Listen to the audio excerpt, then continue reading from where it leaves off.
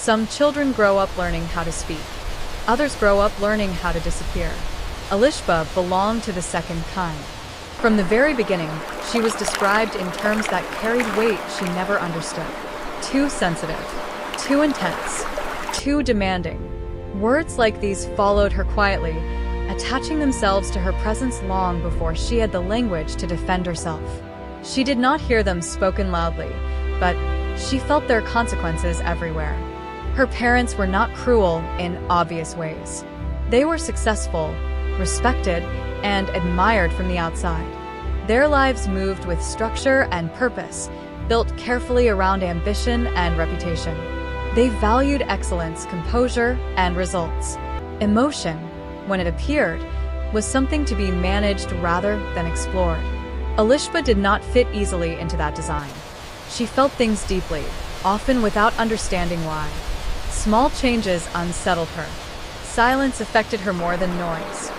She asked questions that made adults uncomfortable because they did not have clean answers. She noticed absences others ignored. She remembered moments others forgot. This made her inconvenient. As a child, she tried to adjust herself to the shape of what was expected. She learned quickly that approval was conditional. That affection arrived when she performed correctly and disappeared when she failed to be easy. She learned that being loved required effort, and effort did not guarantee success. Her parents interpreted her emotional needs as flaws. They spoke of resilience, discipline, and strength, assuming these qualities emerged naturally in environments where feelings were minimized. They believed love should toughen a child, not soften them. Alishba absorbed this belief before she could question it. She began to monitor herself closely. She learned when to stay quiet, when to shrink, when to disappear into the background of her own life. She learned that expressing need created distance. That vulnerability disrupted order. Still, she tried. She tried through achievement, through obedience, through excellence that demanded acknowledgement. She excelled academically, not because she loved competition, but because success was the only language that earned attention in her home. Even then, it was never enough. Praise came wrapped in comparison. Approval came with conditions. Pride was measured, calculated, and often redirected toward future expectations rather than present effort. Alishba learned that love, in her world, was something to be earned repeatedly. And even then, it could be withdrawn without warning. As she grew older, the gap between her inner world and her family's expectations widened. Her parents viewed emotional expression as instability. Alishba experienced it as honesty.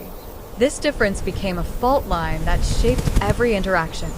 She was told, directly and indirectly, that she was difficult, that she required more than others, that loving her took effort that should not be necessary. These messages did not arrive in a single moment. They accumulated slowly, shaping her self-perception over years. Each dismissal, each unmet need, each withheld comfort added weight to the idea that she was inherently flawed. By adolescence, Alishba no longer asked to be understood.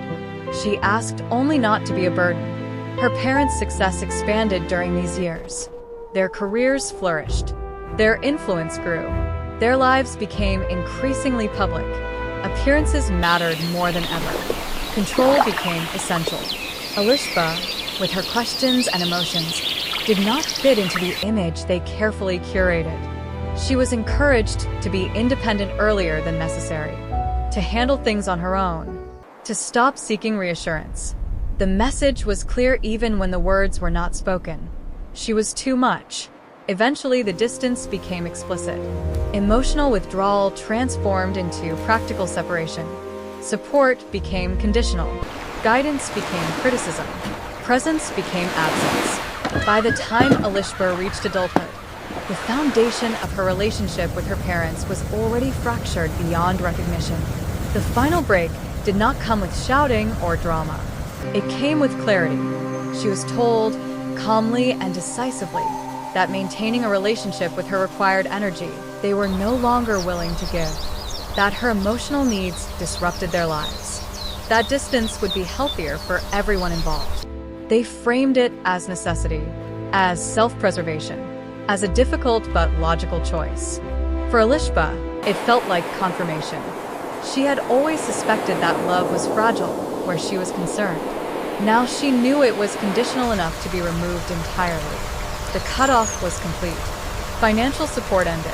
Emotional contact ceased. She was excluded from conversations, milestones, and acknowledgments. She became a closed chapter in a family narrative that continued without her. The silence that followed was not peaceful. It was disorienting.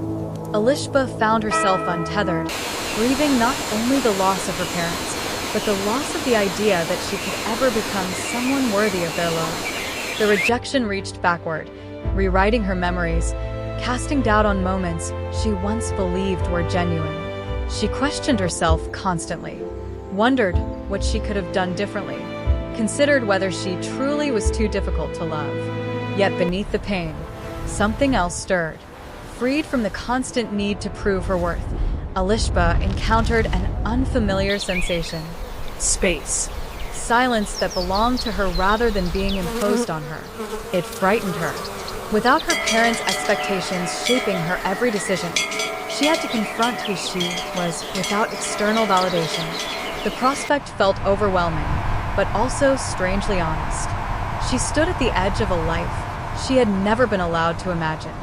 Cut off, unprotected, unloved in the ways that mattered most, and yet alive. This was not the beginning of her revenge. It was the beginning of her survival. Freedom did not arrive gently for Elishba. It arrived like a sudden drop, like ground disappearing beneath her feet before she had learned how to land. The separation from her parents did not feel like release. It felt like exposure.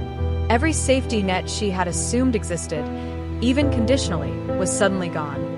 For the first time in her life, there was no authority watching her progress, no looming judgment shaping her choices, no invisible checklist she had to meet to justify her existence.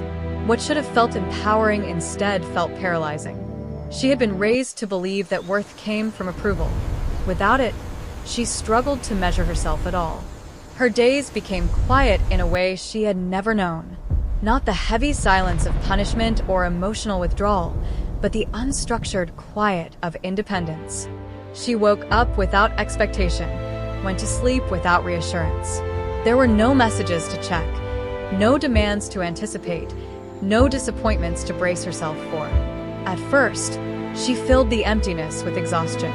She worked longer hours than necessary, took on responsibilities that drained her, pushed herself relentlessly. Productivity became a substitute for belonging. If she could not be loved, she could at least be useful. If she could not be wanted, she could be indispensable. But even usefulness failed to soothe the deeper wound. At night, when distractions faded, the questions returned. Who was she without resistance? Who was she when no one was evaluating her performance? She realized how little she knew herself beyond survival. Her emotions, once criticized and minimized, surfaced without restraint. Grief came in waves. Anger followed, then guilt, then longing. She mourned not only the loss of her parents, but the version of herself that had spent years trying to earn something that was never freely given. There were moments she nearly reached out, not because the pain had disappeared, but because it had become familiar. Rejection, at least, was predictable. Independence demanded courage she was not sure she possessed yet. Still, she did not go back. Something within her resisted returning to a place where her existence required justification. That resistance was fragile, but it was real. Elishba began to observe herself differently. Without judgment imposed from the outside, she noticed patterns she had never been allowed to acknowledge. How she anticipated disappointment before it arrived. How she apologized for needs she had every right to express.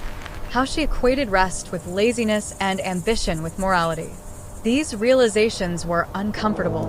They forced her to confront the ways she had internalized rejection and turned it inward. She sought understanding quietly, through books that articulated emotions she had never been taught to name, through long walks where thoughts could rise and fall without interruption, through moments of stillness that initially felt unbearable but gradually became grounding. Healing did not announce itself dramatically. It appeared in subtle shifts. She stopped flinching when she made mistakes. She allowed herself to feel pride without immediately anticipating criticism. She began to differentiate between discomfort and danger, recognizing that not all vulnerability led to harm. The absence of her parents created room for new connections, though she approached them cautiously. Trust did not come easily. She had learned that closeness could disappear without warning, but she also learned that distance did not guarantee safety. Slowly, she allowed herself to be seen by people who expected nothing from her except honesty. These relationships felt foreign at first. They did not require performance. They did not measure affection. They existed without constant evaluation. It unsettled her. She questioned their sincerity, waiting for conditions to surface. But over time, consistency replaced suspicion. She began to understand that not all love was transactional. This realization challenged everything she had been taught. Alishba's sense of self began to stabilize, not because her life became easier, but because she stopped defining herself through rejection. She learned to recognize her emotional depth not as a flaw, but as sensitivity sharpened by neglect. What her parents had labeled difficult, the world began to reveal as perceptive. What they had dismissed as weakness emerged as awareness. She redirected her focus toward her own growth. Education became a tool rather than a test. Work became a platform rather than a verdict. She chose environments that valued contribution without control, effort without erasure. For the first time, her ambitions belonged to her. She pursued mastery quietly, not to prove anything, but to anchor herself in competence. Knowledge became grounding. Skill became confidence. Each achievement reinforced the idea that she was capable without approval. Her parents' absence faded from constant ache into distant presence. They were no longer the central force shaping her identity. They became part of her history rather than the architects of her future. Yet their influence lingered in subtler ways. Whenever she succeeded, a part of her expected acknowledgement that never came. Whenever she failed, she braced for rejection that no longer existed.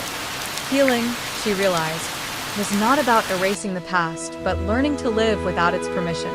She practiced setting boundaries, first internally, then externally. She learned to say no without apology, to recognize when her empathy was being exploited, to choose peace over proximity. These skills did not make her cold. They made her clear. The idea of reconciliation crossed her mind occasionally, not as a desire, but as a hypothetical. She wondered what it would take for her parents to see her differently. Then she recognized the trap in the question. She did not need to be seen differently to exist fully. The moment this truth settled, something fundamental shifted. Her life stopped orbiting the absence of her parents. It began to expand outward, guided by her own values. She made decisions based on alignment rather than approval. She invested energy where it was reciprocated. She stopped shrinking to preserve harmony. And with that growth came visibility. Her work began to attract attention. Her competence drew recognition. Opportunities emerged that placed her in spaces once reserved for people like her parents. She noticed this coincidence with quiet irony. The world that had once seemed inaccessible now opened slowly, deliberately, without requiring her to abandon herself. She was no longer surviving rejection. She was building something independent of it. This stage of her life did not feel triumphant. It felt steady, grounded, real. The kind of progress that does not announce itself, but reshapes everything underneath. Alishba did not yet understand how deeply her path would intersect with the world her parents dominated. She did not anticipate the power her independence would eventually grant her. She only knew one thing. She no longer needed permission to exist. And that knowledge would change everything that came next. There is a moment in every self-made life when progress stops feeling private. When growth, once invisible and personal, begins to cast a shadow others can see. For Alishba, that moment did not arrive suddenly. It built slowly, quietly, through consistency rather than spectacle. She had learned to work without witnesses. In the years following her separation from her parents, She refined her focus with an intensity that surprised even her. Not driven by revenge or comparison, but by a need for stability that came from within. Her efforts were methodical. She chose mastery over speed, depth over display. She did not chase recognition. She built substance. That choice changed everything. Her reputation began to form before she noticed it. Colleagues recognized her reliability. Supervisors trusted her judgment. Projects placed in her care did not simply succeed. They stabilized entire systems. She became known for precision, foresight, and an unusual ability to anticipate problems before they escalated. This competence did not make her loud. It made her unavoidable. Alishba moved through professional spaces with quiet authority. She listened more than she spoke. She observed dynamics others ignored. She noticed how power flowed, how decisions were influenced, how reputations were protected. Her emotional sensitivity, once dismissed as weakness, sharpened into strategic awareness. She understood people deeply. This understanding allowed her to navigate complexity without confrontation. She did not need to assert dominance. Her work spoke on her behalf. Her consistency established credibility that could not be dismissed. Opportunities expanded naturally around her. She was invited into rooms she had never imagined entering, not because she demanded access, but because her presence made outcomes better. Her name became associated with trust. Her involvement signaled stability. As her influence grew, so did the scope of her work. She found herself contributing to projects with national visibility, collaborating with institutions that shaped policy and public narrative. The scale was unfamiliar, but the principles remained the same. Precision, integrity, accountability. She approached each responsibility with the same discipline that had carried her through isolation. She did not inflate her achievements or minimize her efforts. She treated success as stewardship rather than entitlement. This mindset distinguished her.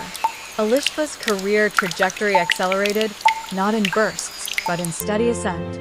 Each role expanded her understanding of systems and power. Each transition increased her access to information that shaped outcomes far beyond her immediate responsibilities. She learned how reputations were constructed, how public trust was maintained, how fragile authority became once exposed to scrutiny. These insights did not make her cynical. They made her careful. She began to recognize patterns that mirrored her family dynamic on a larger scale. Control disguised as protection. Authority justified by convenience. Silence used to maintain order. The familiarity unsettled her, but it also clarified her purpose. She did not seek to dominate these systems. She sought to understand them fully. Knowledge became leverage. Transparency became influence. She realized that true power rarely announced itself. It operated quietly, embedded in processes and decisions that shaped everything downstream. Alishba positioned herself accordingly. Her work began to intersect with public figures, institutions, and industries that valued discretion as much as competence. She became a trusted presence in environments where mistakes carried reputational consequences. Her parents' world. At first, the overlap was abstract.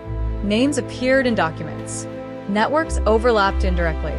She recognized affiliations without assigning meaning to them. She had learned not to center her life around their presence or absence. But as her visibility increased, the distance narrowed. Her parents' careers had continued to flourish after cutting her off. They occupied positions that relied heavily on credibility and public perception. Their authority rested on narratives of stability, discipline, and moral clarity.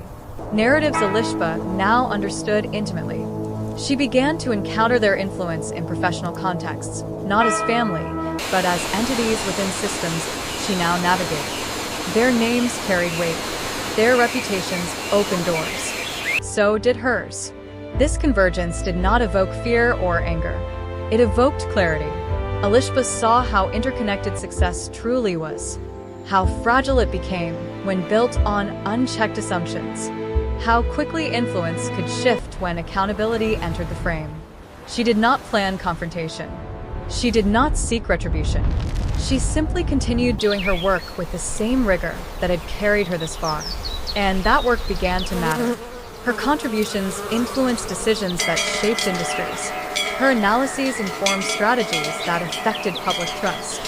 Her presence in critical processes ensured compliance, where shortcuts were once taken. She became, without intending to, a guardian of integrity. People trusted her because she did not chase visibility. She did not use power to elevate herself. She used it to stabilize systems that others relied on. This trust compounded.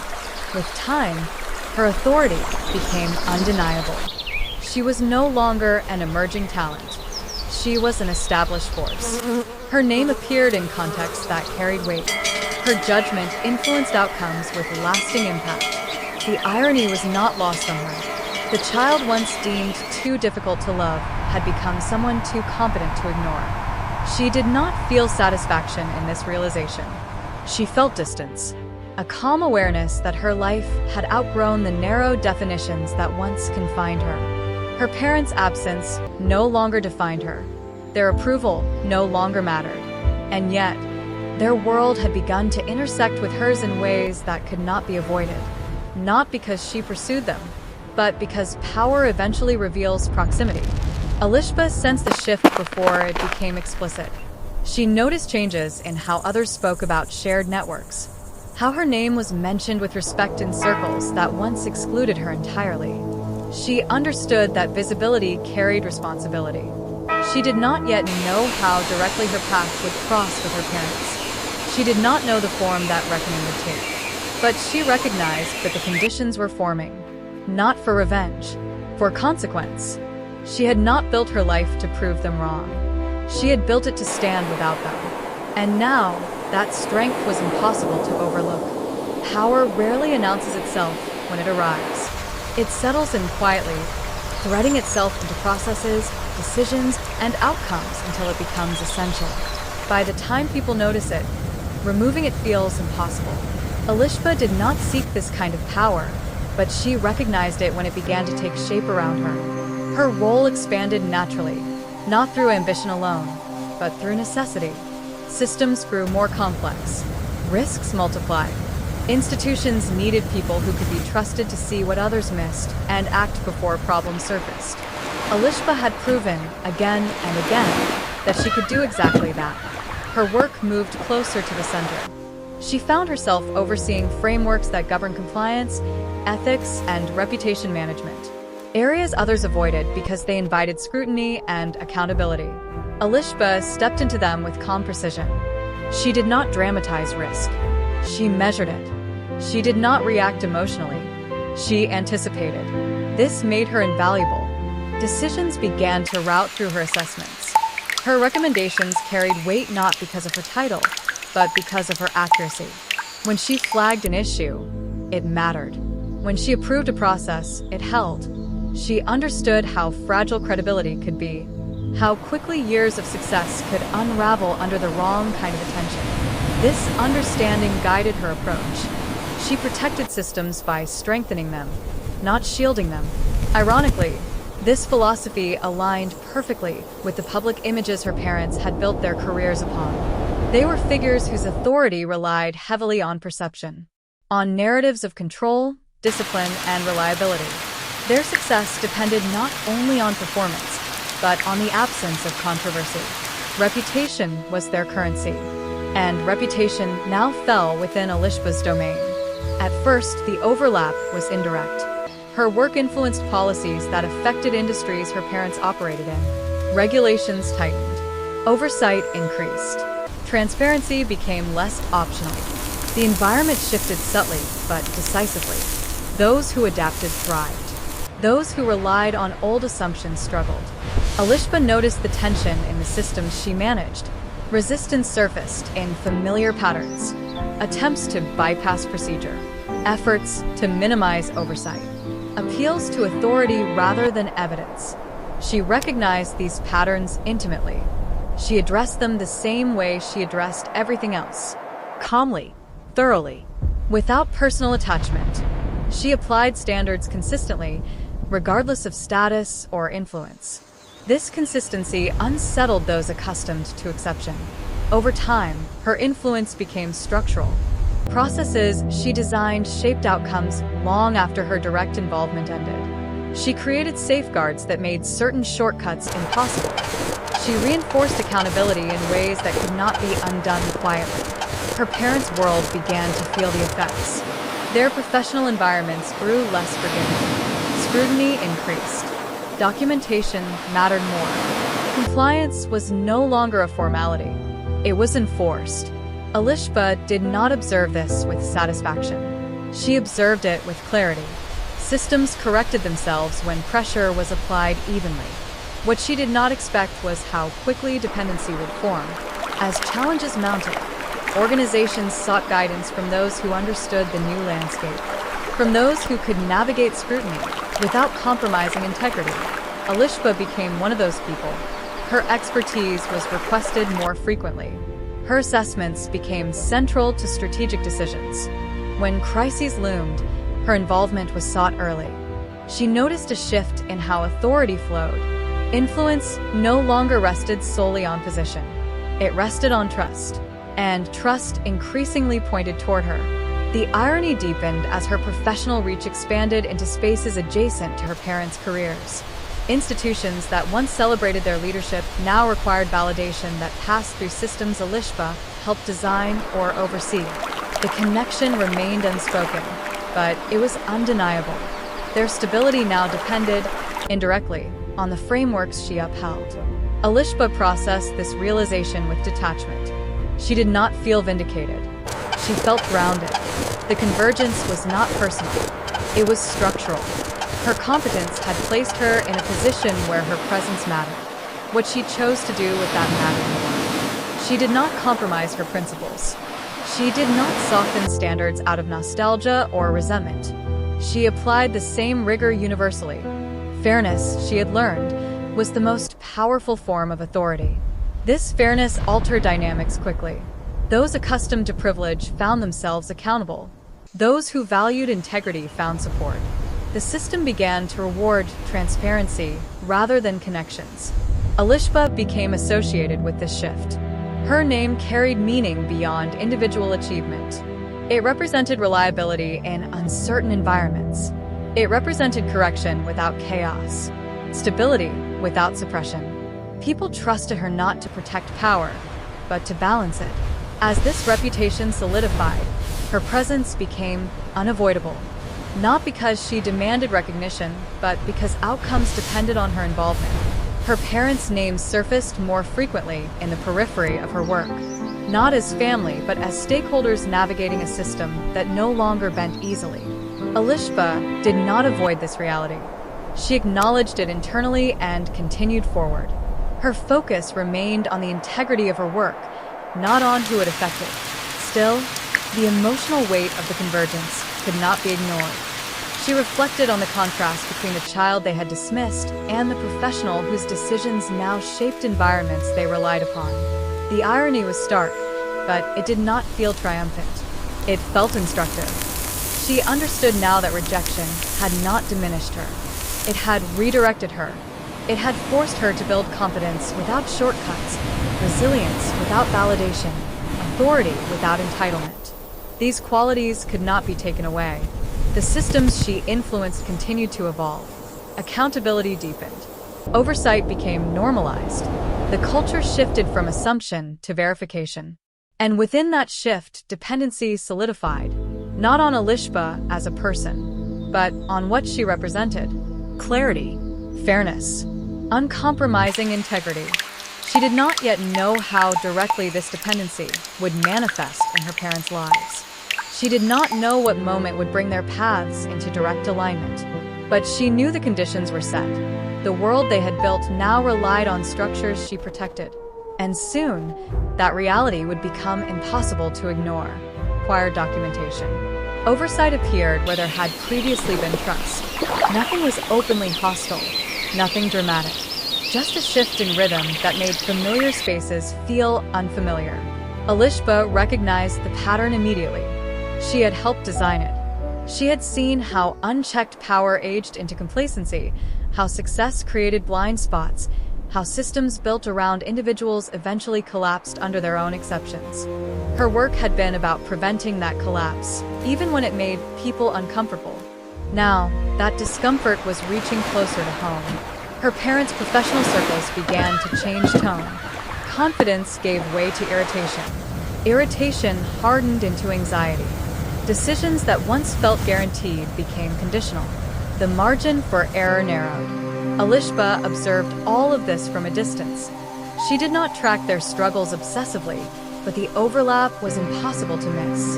Their industries were intersecting with reforms she had influenced. Standards she had reinforced were being enforced without hesitation. This was not coincidence. It was consequence. The moment control truly began to slip came not with confrontation, but with refusal. A process halted, an exception denied. A request returned unanswered because it no longer met requirements. The system did not argue. It simply did not comply. That silence was louder than any accusation. Alishba understood what that silence meant. It meant the system no longer recognized authority based on identity. It recognized only alignment with rules. And those rules no longer bent. Her parents responded the only way they knew how, by pushing harder, by invoking legacy, contribution, influence. But these appeals landed in a framework that no longer translated them into advantage.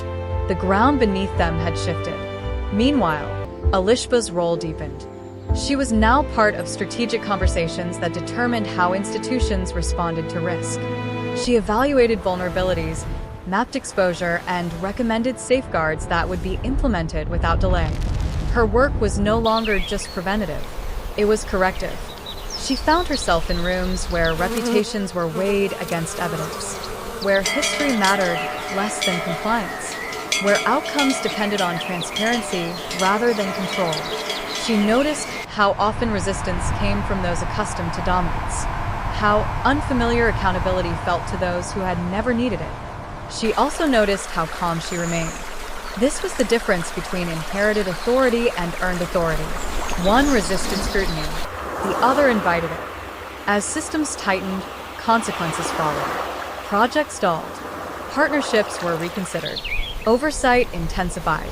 Each adjustment reduced flexibility for those who had relied on influence rather than structure.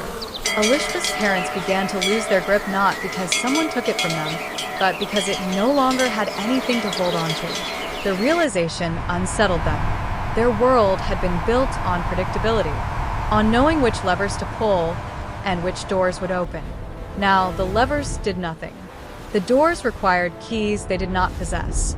Alishba felt the weight of this shift more deeply than she expected, not as guilt and not as triumph, but as a sober recognition of cause and effect. She had not engineered their decline.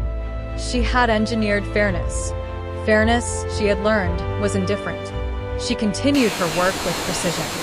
She documented everything. She insisted on clarity. She reinforced processes that left no room for ambiguity. The system responded by stabilizing. Others noticed. Her influence became more visible. Leaders sought her input not just for crisis management, but for long-term strategy. Her presence signaled seriousness. Her involvement reassured stakeholders. Trust consolidated around her. At the same time, whispers began to circulate in spaces her parents once dominated. Questions arose. Concerns were raised. Assumptions were challenged. Nothing was public yet, but pressure was building. Alishba sensed the inevitability of exposure.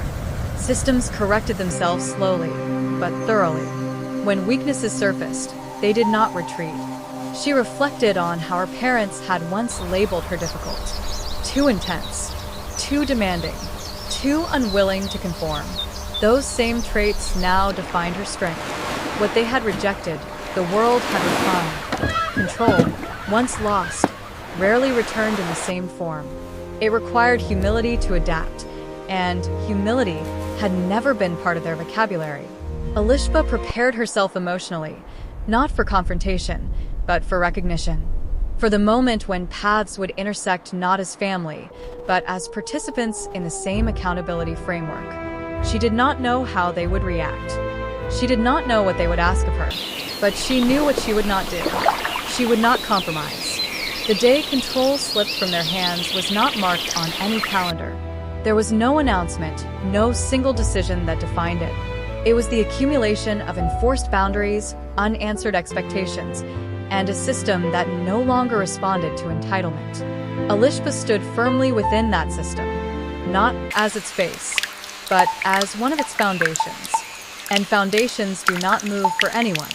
Recognition does not always arrive with warmth. Sometimes it comes heavy, reluctant, shaped more by necessity than understanding. When Alishba's name finally entered her parents' conversations, it was not spoken with pride or affection. It surfaced because it could no longer be avoided. For years, they had referred to systems, committees, departments, and advisors without acknowledging the individuals behind them. Authority felt impersonal that way. Safer. But the closer scrutiny drew, the clearer it became that certain outcomes traced back to a single source of consistency. Alishba. Her influence had become identifiable. Not flashy, not public, but undeniable. Reports reflected her frameworks. Recommendations mirrored her assessments. Decisions aligned with structures she had reinforced. Her parents noticed the pattern the same way others did. Through stalled progress and conditional approvals. Through documents returned with annotations instead of signatures. Through silence where compliance was missing. Eventually, curiosity overcame denial.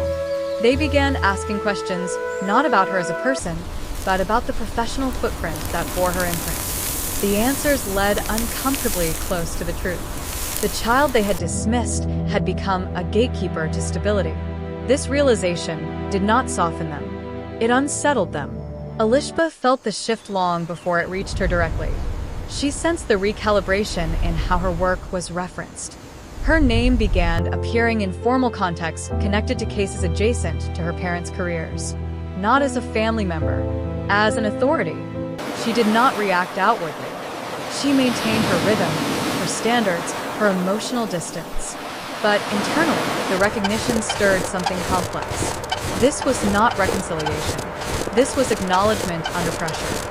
Her parents' first attempts to adapt were cautious. They sought to understand the system rather than confront it. They reviewed requirements more carefully. They adjusted language. They complied where they once assumed exemption.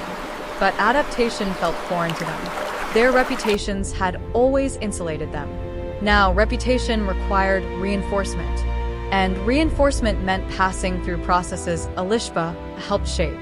She observed their discomfort without judgment. Discomfort was part of correction.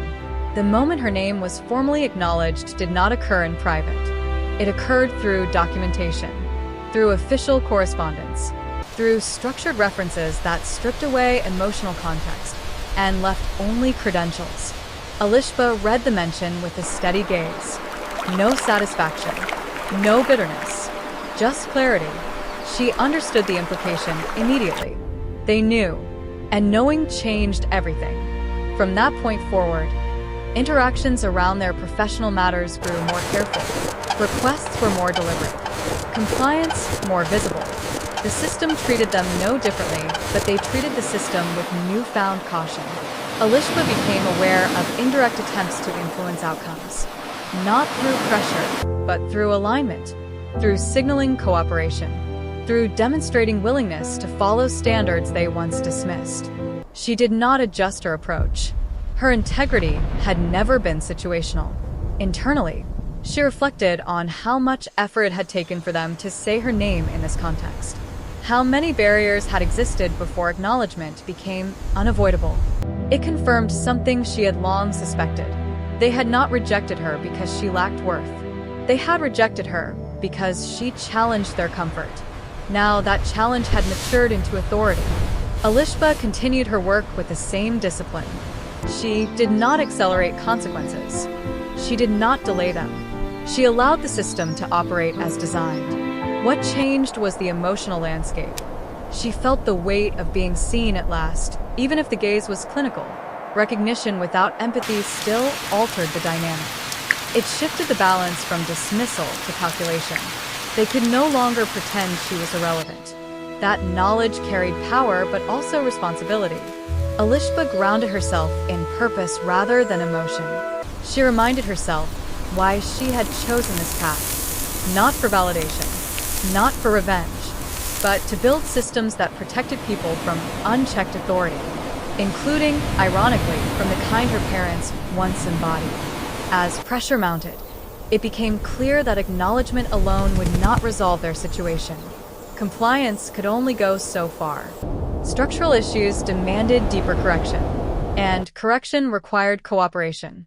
Elishba sensed the approach of a turning point, a moment when indirect acknowledgement would no longer suffice, when they would need more than awareness of her existence. They would need her involvement. Whether they were ready to face that reality remained uncertain. But the system was ready, and Elishba was prepared. Needing help changes the way people see the world. It compresses pride, exposes fear, and forces acknowledgement where denial once lived comfortably. For Elishba's parents, this need did not arrive suddenly. It accumulated through tightened timelines, unresolved compliance gaps, and increasing scrutiny that no longer responded to status. They reached a point where progress stalled completely. Projects critical to their careers hovered in uncertainty. Approvals remained pending. Reviews multiplied instead of concluding. The system had done what it was designed to do. It slowed momentum until accountability caught up. At that point, reputation alone could not carry them forward. Elishba sensed the shift not through emotion, but through structure. Requests began moving closer to her desk. Files adjacent to her parents' work required final validation from teams she supervised. Escalations referenced her frameworks explicitly.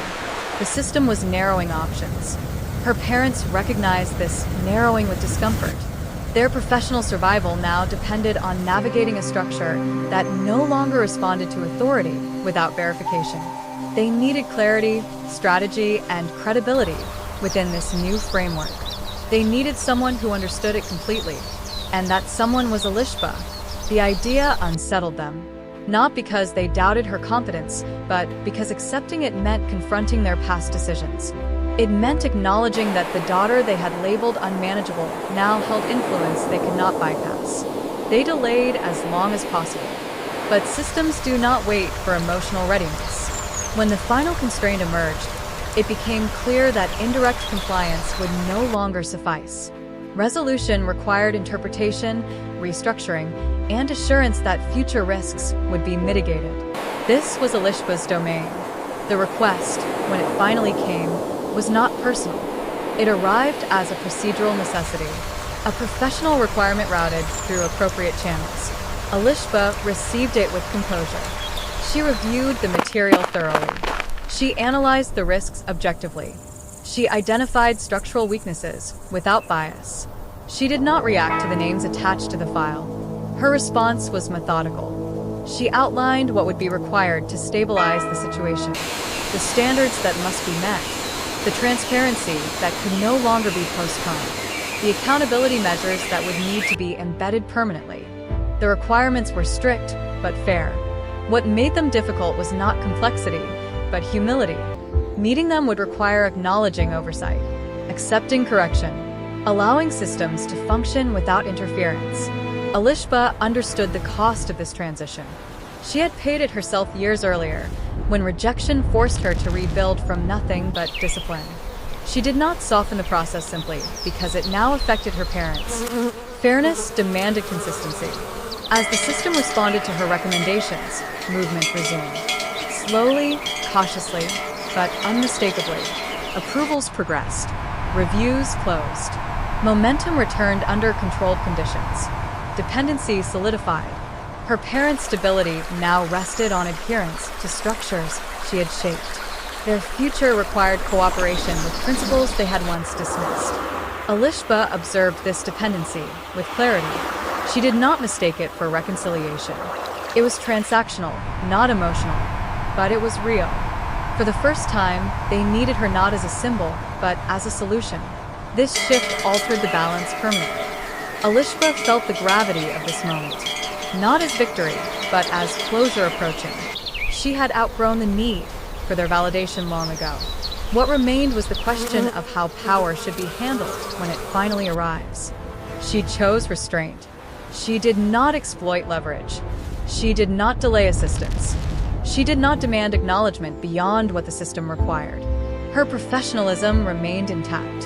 That restraint carried its own weight. It forced her parents to confront the full reality of the reversal without distraction.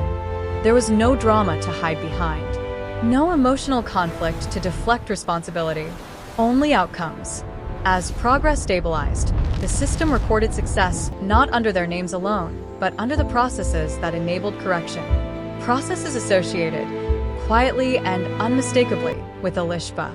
The favor they never thought they would need had been granted, not out of obligation, but out of principle. And principles, once proven stronger than pride, change relationships forever. Elishba stood steady within that change. She understood that the final phase was approaching, the moment when professional dependency would intersect with personal reckoning. She did not rush toward it. She let it come. Some realizations arrive only after damage has settled into permanence. They do not undo what was done. They simply illuminate it. By the time Elishba's parents fully understood the cost of their choices, the distance between past and present had become unbridgeable. Their stability had returned, but it felt different now. Controlled, conditional, built on compliance rather than confidence. They could move forward, but only within boundaries they had not set. And those boundaries bore Elishba's imprint. As the immediate pressure eased, something else surfaced. Reflection. The kind that comes not from guilt, but from exhaustion. From recognizing that control had been replaced by cooperation, and that resistance no longer served any purpose. This was when the weight of the past finally settled in. They began to trace the path backward, to see patterns they had ignored, to recognize how easily they had labeled complexity as defiance, how quickly they had dismissed emotional depth as difficulty. The child they had pushed away had not broken under rejection. She had refined herself through it. That realization carried regret. Elishba felt the shift in tone long before any formal acknowledgement surfaced. The way her work was referenced softened. The rigidity around her involvement eased. There was less defensiveness, more care. Less urgency, more consideration. The system reflected this change subtly. Fewer escalations, more alignment, a growing sense of acceptance. But acceptance does not erase absence. Elishba remained steady. She noticed the shift without responding to it emotionally. Her work did not change. Her standards remained intact. She did not lean into reconciliation that had not been explicitly sought. And even if it had been, she was no longer waiting. When acknowledgement finally came, it arrived stripped of authority. It carried no expectations, no demands, only the quiet recognition that something valuable had been lost and could not be recovered through timing alone. Elishba processed this acknowledgement with composure. She had already grieved the relationship years ago, in solitude, in silence, through rebuilding herself without support. That grief had matured into acceptance long before this moment. Late apologies do not reopen closed wounds. They simply confirm why they closed. She understood now that her parents' regret was real, but reality did not guarantee relevance. Regret did not entitle reconciliation. Awareness did not obligate forgiveness. Elishba allowed space for this truth without resentment. She continued to operate within the same ethical framework. She fulfilled her responsibilities fully. She remained fair, consistent, and professional. But emotionally, she did not step backward. The system did not require emotional repair. It required compliance. That distinction mattered. Her parents adjusted accordingly.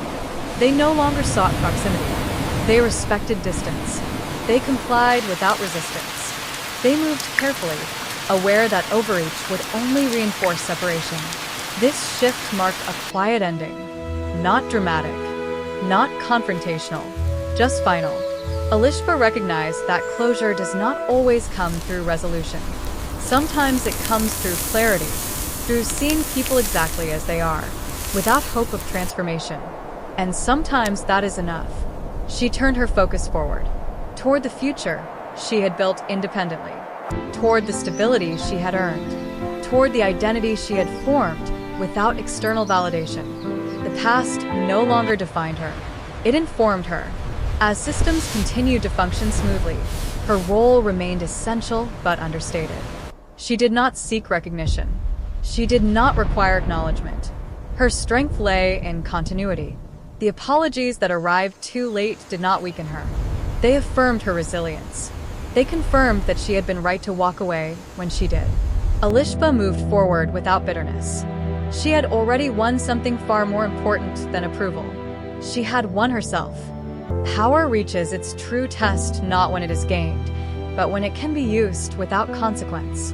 By the time Alishba stood at that threshold, she understood the difference between influence and control more clearly than ever before. Influence shaped outcomes. Control demanded obedience. She had been shaped by the absence of both, and now possessed one without craving the other. Her position within the system had stabilized into permanence. She was no longer an emerging figure or a corrective presence. She was integral. Decisions flowed through the frameworks she had built. Her assessments shaped policy. Her standards anchored trust. With that permanence came discretion. There were moments when small adjustments could create large ripples, when timing, interpretation, or emphasis could tilt outcomes decisively. Alishba recognized these moments instantly. She knew where leverage existed, where flexibility lived, and where rigidity could be softened. She also knew where boundaries must remain untouched. Her parents' professional matters remained adjacent to her work. Not central, but close enough that her choices could influence trajectory. The system allowed her this reach. It trusted her judgment implicitly. This trust carried weight. Alishba reflected deeply during this phase. Not out of doubt, but out of responsibility. She revisited the years of rejection, the isolation, the rebuilding. She acknowledged the pain without allowing it to dictate action. What defined her now was not what had been taken from her, but what she chose to do with what she had earned. She considered the paths available to her. Some would feel justified. Some would feel corrective. Some would feel invisible to everyone but herself. She chose the one that aligned with her values. She did nothing extra. She did nothing less. She allowed the system to operate exactly as designed. No intervention, no obstruction, no personalization. This neutrality was not passive. It was deliberate. By refusing to bend the system in either direction, she affirmed its integrity. She protected it from becoming a tool of emotion or history. She preserved the fairness she had worked so hard to build. Her parents continued to move forward within that structure. Not elevated, not punished, simply accountable. This outcome carried more weight than any act of revenge could have. Alishba felt a quiet certainty settle within her. This was the moment that defined everything. The moment she chose who she would be when no one could stop her from choosing otherwise. She understood then that healing does not come from reversing harm. It comes from refusing to replicate it. Her parents' perception of her shifted subtly after this phase. They recognized not just her authority, but her restraint. They saw that her power did not seek validation through dominance. That realization altered how they carried themselves. For Alishba, the shift was internal. She released the last remnants of expectation. She no longer needed acknowledgement, apology, or understanding. Her life had grown beyond those needs. The system continued to thrive. Transparency deepened. Accountability normalized. The environment became safer for those without influence. Alishba's presence ensured this continuity. She moved forward with clarity. Her past no longer tugged at her decisions.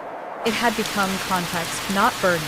The choice she made in silence reshaped everything. Not because it punished those who had hurt her, but because it proved she was no longer shaped by them. Loss is not always loud. Sometimes it does not announce itself through collapse or regret. Sometimes it reveals itself slowly, through absence.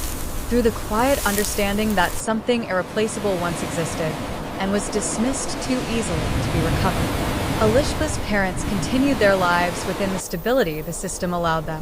Their careers did not end. their reputations did not vanish. From the outside, everything appeared intact, but something essential had shifted permanently. They moved forward without influence over the one person who understood them more deeply than anyone else ever could. They had lost proximity to clarity. Alishba's presence in the system was constant, but distant. She was no longer someone they could shape, manage, or define. She had become something far more unreachable. Independent authority. They observed her success from afar, not as parents witnessing growth, but as professionals witnessing competence they could not claim credit for. Her achievements carried no trace of their guidance, no reflection of their support. That absence was unmistakable. They realized, too late, that what they had called difficult had been depth. What they had labeled unlovable had been honesty. What they had rejected had been strength that required understanding rather than control. By the time this realization settled fully, Alishba no longer lived in the emotional space where it mattered. She had built a life that did not orbit around approval. Her identity no longer bent toward acceptance. She stood firmly within herself, supported by principles she had chosen and upheld alone. The system she helped maintain reflected that same independence. It did not favor history. It did not reward regret. It functioned on accountability alone. Her parents learned to live within that reality. They complied. They adapted. They aged into restraint. What they lost was not access or opportunity. They lost intimacy. They lost the right to claim understanding of the woman Alishba had become. They lost the ability to influence her values, to shape her direction, to be part of her internal world. That loss did not come with blame. It came with silence. Alishba did not close the door dramatically. She simply did not reopen it. Her future unfolded steadily. She invested in her work, her growth, her chosen connections. She surrounded herself with people who valued complexity rather than fearing it. She no longer questioned whether she was too much. She knew she had always been exactly enough. Her strength matured into wisdom. Her resilience softened into peace. She carried no need to prove what had already been proven through time and consistency. The girl who had been cut off became the woman who defined boundaries others learned to respect. And those who had once dismissed her learned a quiet truth that could not be corrected. When they let her go, they did not lose a problem. They lost their greatest certainty. Alishba moved forward without looking back, not because she was bitter, but because she was free. Life did not slow down after everything settled. It expanded, quietly, steadily, without needing permission from the past. Alishba stepped fully into the future she had been building long before recognition arrived. Her days were structured but calm. Purpose replaced urgency. She no longer measured progress by survival, but by alignment. The work she did continued to shape environments that valued fairness over familiarity, structure over sentiment. She was trusted not because she demanded it, but because she had earned it consistently. Outside of work, her world grew softer. She learned to rest without guilt, to choose people who met her with curiosity instead of control, to create spaces where complexity was welcomed rather than corrected. Her relationships were intentional, grounded in mutual respect rather than obligation. The past faded into context. It no longer defined her reactions or shaped her decisions. It existed as a chapter that had taught her discernment, resilience, and the importance of boundaries. She did not erase it. She simply no longer lived inside it. Occasionally, she reflected on how far she had come, not with disbelief, but with gratitude, for the solitude that had forced self-trust, for the rejection that had redirected her growth, for the silence that had taught her how to listen to herself. She understood now that being hard to love had never been the truth. She had simply required honesty. And honesty, she knew, demanded courage many people never developed. Alishba carried herself with ease. She no longer felt the need to explain her worth or soften her edges. She had learned that strength and gentleness could coexist, and that neither required permission to exist. Her life was not perfect, but it was hers, built deliberately, lived consciously, protected carefully. She had become the kind of person who did not chase closure, because she embodied it. The kind who did not seek validation because she trusted her own reflection. The kind who did not repeat harm because she understood its cost. The girl who was once cut off had grown into a woman who chose connection without surrender. And that choice shaped everything that came after. Alishba was never too hard to love. She was simply too honest for people who loved control more than connection. From a young age, she learned that affection in her home came with conditions, and questions were treated like defiance. The more she tried to understand, the more she was pushed away. When her parents finally cut her off, they believed distance would restore order. Instead, it forced Alishba to build herself without comfort, without approval, and without permission. She learned quickly that the world rewards structure, not emotion. So she mastered systems, discipline, and responsibility. Years later, the girl they abandoned stood inside the very frameworks that now governed their careers. Not seeking revenge, not seeking validation, simply existing as proof that rejection does not break the right person. Sometimes, being called unlovable is just the beginning of becoming unstoppable.